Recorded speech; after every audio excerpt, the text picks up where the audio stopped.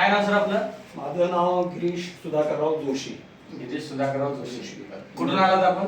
मूळचा शिंदेवाही, जिल्हा चंद्रपूर. चंद्रपूर चंद्रपूर जिल्हा. तुम्हाला काय व्याधी होती म्हणून आपल्याकडून तुम्ही अँटॉक्स डीएनटी घेतलं होतं? साधारणतः एक 4 वर्षापासून मला शुगरचा त्रास होता. शुगरसाठी. आणि त्याच्यानंतर इटफॉर्मिननी माझी ते शुगर कंट्रोल करायचे प्रयत्न सुरू झाले. म्हणजे गोळ्या डॉक्टरांनी चालू केल्या इटफॉर्मिन पासून. इटफॉर्मिनचं मग नंतर ओझोमेट G1 म्हणजे अजून वाढवून त्याच्यानी हे नाही झाल्यानंतर ओझोमेट G2 झाली. परत तिसरी गोळी वाढवली आणि ओझोमेट G2 सोबत ग्लिपॉन एक वेळ ऍडिशन परत म्हणजे जवळजवळ 4 गोळ्या चालू होत्या. त्यांच्या कंटिन्यू सुरू झाल्या त्या. मग आता ह्या गोळ्या खाऊन पण तुमची शुगर किती आता झाली होती? गोळ्या खाऊन देखील माझं त्यावेळेस 340 वगैरे असं जायचं. 350 पर्यंत तुमची शुगर जेवणानंतर होती. म्हणजे गोळ्या खाऊन पण शुगर इथपर्यंत पोहोचली होती जी कमी होत नव्हती. त्यानंतर मग तुम्ही आपल्याकडून अँटॉक्स डीएनटी संस्थेकडून घेतला. दोन्ही सुरू केले. आता हे डीएनटी चालू करून किती दिवस झाले? आता साधारणतः 2.5 महिने झाले. 2.5 महिने झाले. आता 2.5 महिन्यापासून आपल्या समर सोशल फाउंडेशनचं अँटॉक्स डीएनए अँटॉक्स टी घेता.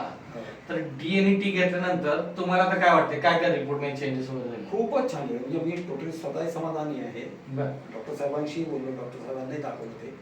तर ते हे चेक केल्यानंतर पहिल्या वेळेला 87 म्हणजे जेवणाआधी 87 आली. जी आधी किती होती? 87. ती जेवणाच्या आधी माझी 150च्या वर 150च्या वर होती. ती आता आपल्या घेतल्यापासून आली ती 87, 92 अशी दोनदा आली. बरं.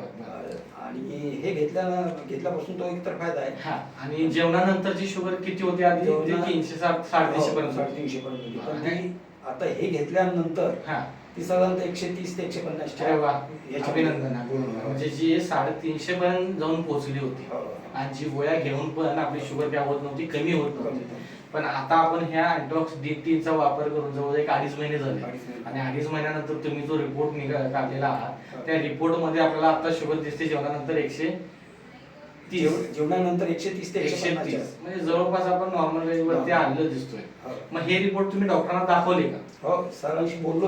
त्यांनी स्वतः शुगर चेक केली. मग आता तुम्हाला ज्या 4 गोळ्या चालू होत्या त्यापैकी मग त्यांनी काय ते सजेशन केलं का? त्याच्यामध्ये पहिल्यांदा ना ओझोमेट G2 घेत होतो सकाळ संध्याकाळ 2 आणि त्याच्यासोबत एक ग्लिपॉन पण घेत होतो. तर ते सगळे कमी.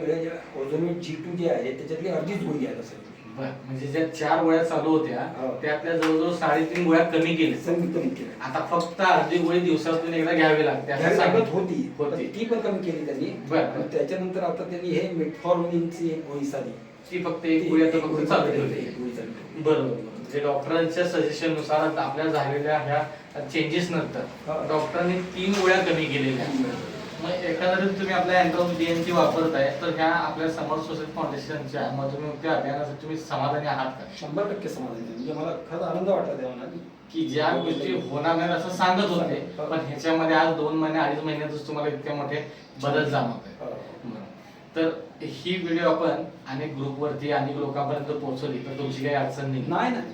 तर कारण आपल्यासारखे असे अनेक लोक याच्यामध्ये ग्रस्त आहेत. तर आपला जर याचा व्हिडिओ जर अनेक लोकांपर्यंत पोहोचला तर त्यांनाही त्याचा. तर तुमच्या लोकांना काय सांगा?